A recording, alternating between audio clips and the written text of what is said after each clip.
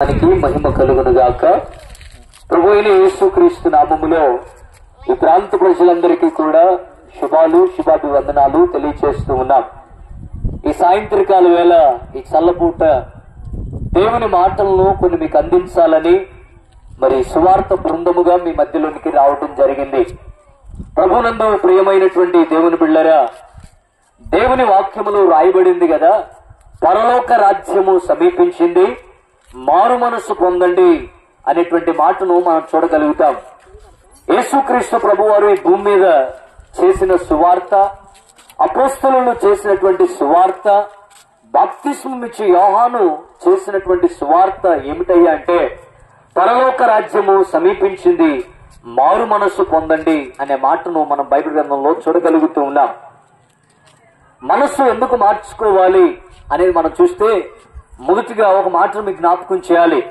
యేసుక్రీస్తు ప్రభువారు ఈ భూమి మీదకు వచ్చింది మతాన్ని స్థాపించటానికో, కులాన్ని స్థాపించటానికో, మతాన్ని రెచ్చగొట్టడానికో, కులాన్ని రెచ్చగొట్టడానికో కాదు, గాని మనస్సు మార్చుకోండి అని బోధించటానికి, మనస్సు మార్పు ఎంతైనా అవసరమని ప్రకటించటానికి యేసుక్రీస్తు ప్రభువారు ఈ లోకానికి వచ్చారు.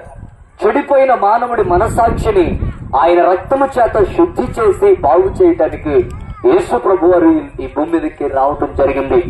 అయితే ఈ వాక్యం ఇచ్చినటువంటి ప్రాంత ప్రజలరా గమనించండి, మనసు ఎందుకు మార్చబడాలయ్యా అని అంటే, మనస్సు మార్చబడితేనే జీవితం సరిచేయబడుతుంది.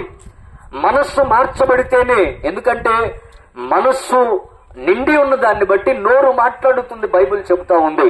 అంటే ఒక వ్యక్తి పాపములో పడిపోవటానికి కారణం ఏంటంటే తన మనస్సు చెడిపోయిన దాన్ని బట్టి అనేక మంది పాపములో పడిపోతూ ఉన్నారు. ఆ పాపానికి వచ్చే జీతము మరణాన్ని అనుభవిస్తూ ఉన్నారు. గమనించండి, దేవుని వాక్యం సెలవిస్తుంది, మరి ఆ మనస్సు మార్చబడాలి. యేసు ప్రభు ఈ భూమి మీదకి వచ్చింది మనస్సు మార్చుకోండి బోధించటానికి. కనుక యేసు ప్రభుని నమ్ముకోవటం అంటే మతం మారటం కాదు, కులం మారటం కాదు, గాని నీ మనస్సు మార్చుకోవటం. గమనించండి, ఎవరైతే మనస్సు మార్చుకుంటారో వారి కొరకు దేవుని రాజ్యము సిద్ధంగా ఉంది. దేవుని రాజ్యాన్ని గురించి బోధిస్తే రెండు విషయాలు మీకు జ్ఞాపకం చేయాలి. ఈ భూమి మీద మనందరం కూడా శాశ్వతమైన వారం అనుకుంటాం, గాని ఈ భూమి మీద శాశ్వతమైనది ఏదీ లేదు. మానవుడి జీవితం చాలా స్వల్పమైనది, కొంతసేపు కనబడి అంతలో మాయమైపోయే ఆవిరిలాంటి వారం. అయితే మరణించిన తర్వాత మన ఆత్మ రెండు మార్గాల గుండా పయనించాల్సి వస్తుందని బైబిల్ గ్రంథం సెలవిస్తా ఉంది. ఆ రెండు మార్గాలు ఏమిటంటే, ఒకటి పాతాళము, ఒకటి పరలోకం.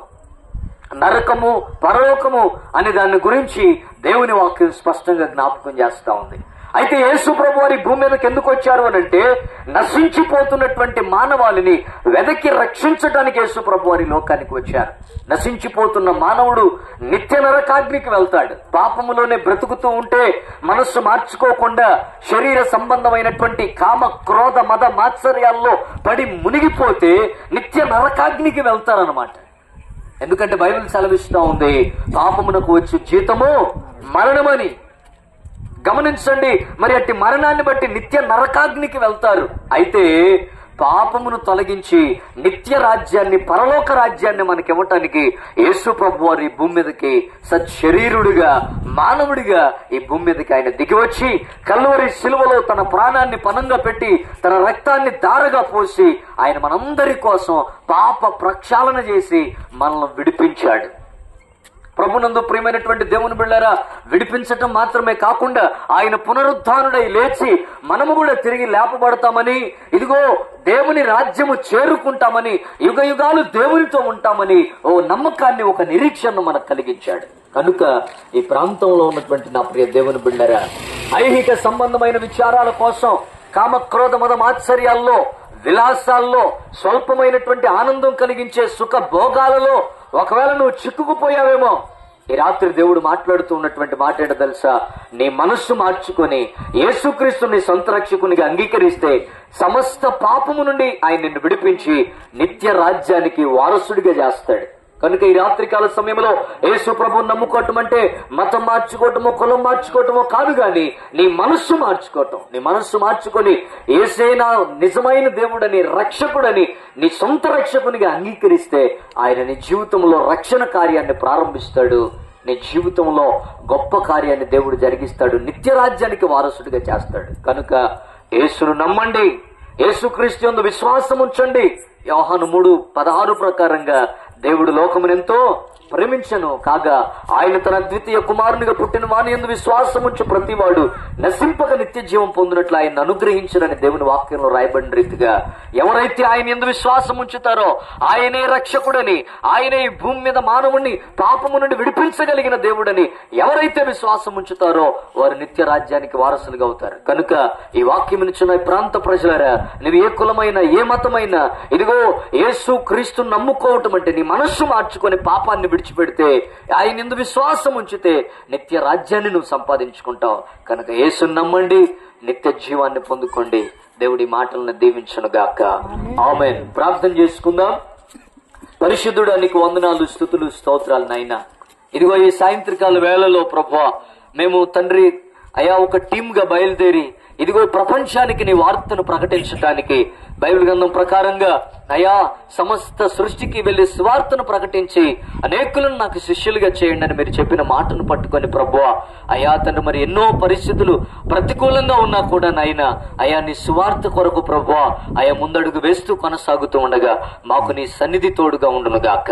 ఎక్కడైతే మేము ప్రకటిస్తూ ఉన్నామో నాయన ఆ ప్రాంతాల్లో నిన్ను గూర్చి వింటూ ఉన్నటువంటి ప్రజల్లో మారు మనసు కలుగును గాకని ప్రార్థిస్తున్నా.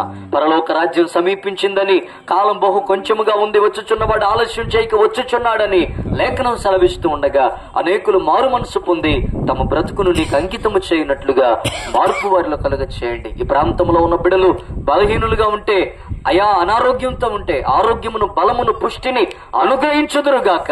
ఆర్థిక ఇబ్బందుల నుండి వారికి మీ సహాయమును అందించండి. చీకటి అంధకార శక్తులపై విజయాన్ని ఇవ్వండి. అయా తండ్రి, నీకు వందనాలు చెల్లిస్తూ ఉన్నాను. ఈ ప్రాంతంలో సర్వ సమృద్ధిని మీరు అనుగ్రహించమని, అయా ప్రాముఖ్యంగా రక్షణ కార్యం ప్రతి ఒక్కరిలో మీరు జరిగించమని, కుటుంబములుగా నేను ఆరాధించేటువంటి వ్యక్తులుగా అనేకులు మీరు మార్చి నిత్య నరకాగ్ని నుండి తప్పించి అపవాది కబంధ హస్తాల నుండి విడిపించమని, ఇదిగో ఈ యుగ సంబంధమైన దేవత కలుగజేసిన గుడ్డితనపు పొరలు రాలునుగాక. నీవే కార్యము చేసి మహిమ తెచ్చుకోమని యేసు నామమున ప్రార్థిస్తున్నాము తండ్రి. ఆమేన్.